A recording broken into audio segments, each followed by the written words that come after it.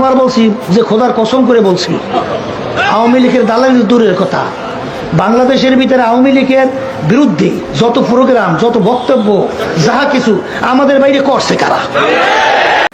অথচ দেখুন হুজুর নিজেই বলছে আওয়ামী লীগের জন্য কি কি করছে। আওয়ামী লীগের সেই কাউন্সিল অধিবেশন আমি করিয়ে দিয়েছিলাম। আওয়ামী লীগের সেই কাউন্সিল অধিবেশন আমি করিয়ে দিয়েছিলাম।